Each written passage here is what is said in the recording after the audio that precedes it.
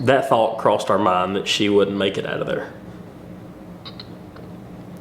It seemed like we would take 10 steps forward and take 20 back for at least the first 2 weeks, 3 weeks, probably 3 weeks.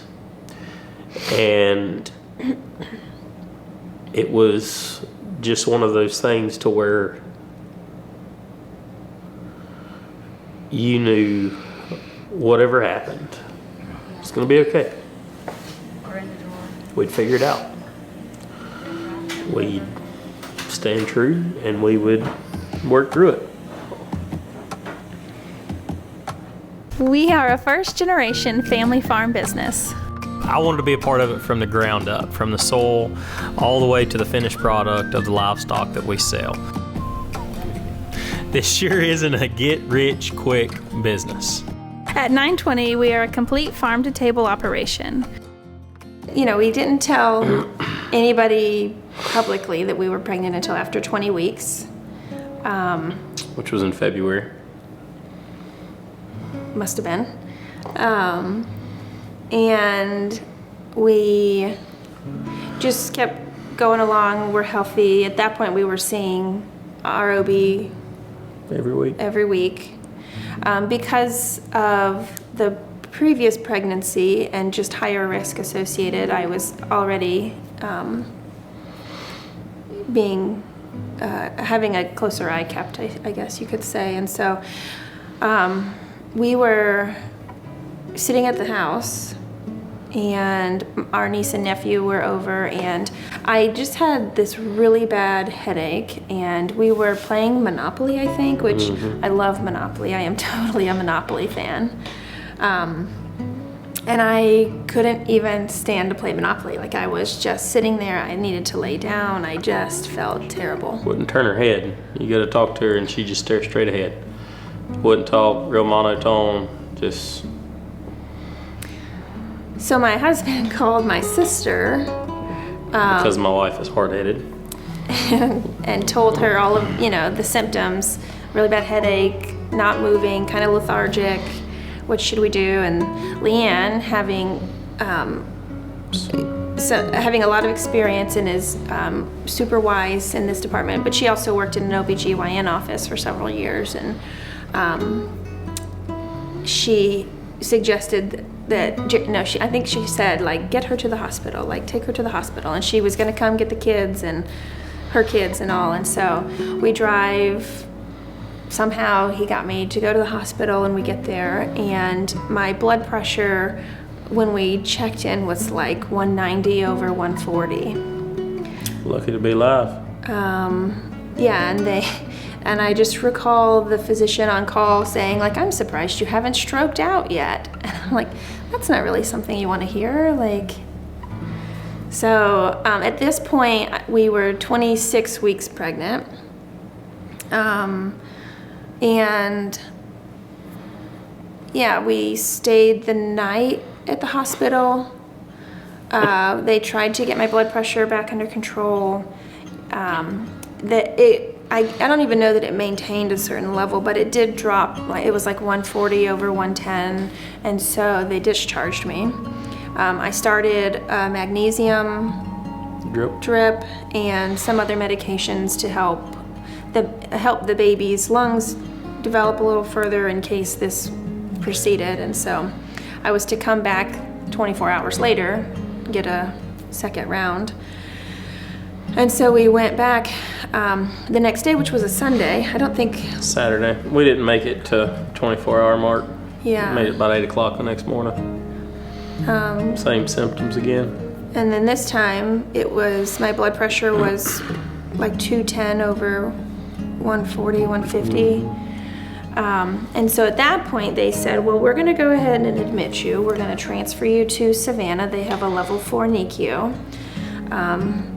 And it was when we got to the hospital in Savannah that they shared that I had preeclampsia and HELLP syndrome. So we were just going to hang out in the hospital until she was born, basically. So that was 26 weeks. I stayed there week and a half. Made it to 28 weeks. Yeah, 28 weeks in one day. And they said it was go time. And basically that we wanted to keep her inside of me as long as possible until either her body or mine gave out first, and we wanted to, catch it right before that point. When they walked us through how everything was going to work, like as we approached 28 weeks, that thought was on my mind constantly. Losing both of them. And that's a tough feeling. It's a tough feeling. Nobody can prepare you for that. I just remember I could take you back to the same place in the hospital, just outside of where she was being in her room right there before. I guess that was the delivery room. There's a handlebar there, and I'm glad it was there. I held on to that probably what seemed like eternity, but just thinking that we were here, that she was here. Love you.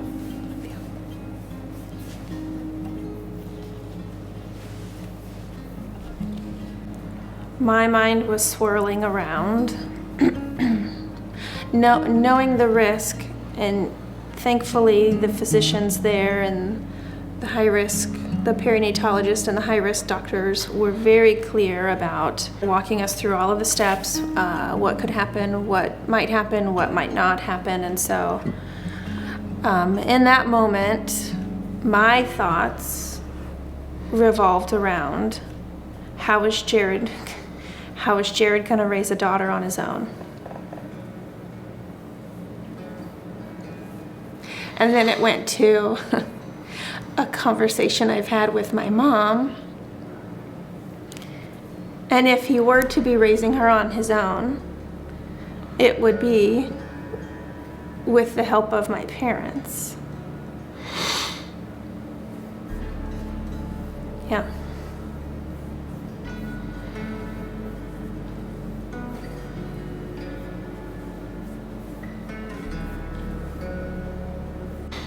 We got to the point where organs were failing and rushed into an emergency C-section at 28 weeks. And Finley was born, 2 pounds, 4 ounces. Yep. I am laid out on a table with an epidural and not able to move, and I just see them pick Finley up and carry her over to what they call a giraffe, which is just a baby incubator. A baby incubator, yeah. Once they laid her in there, they cleaned her, checked some vitals, and immediately, covered her. And the giraffe, it has the long neck and an arm, and it's got the heating lamp. It's got all of the things, all the monitors. Yeah, and she lived in a giraffe without anybody's touch for a week and a half.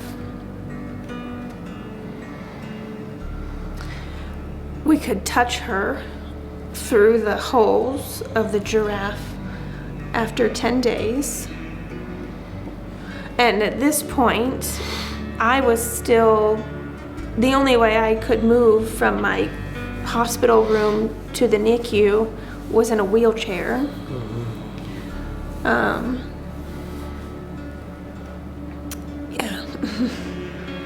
And you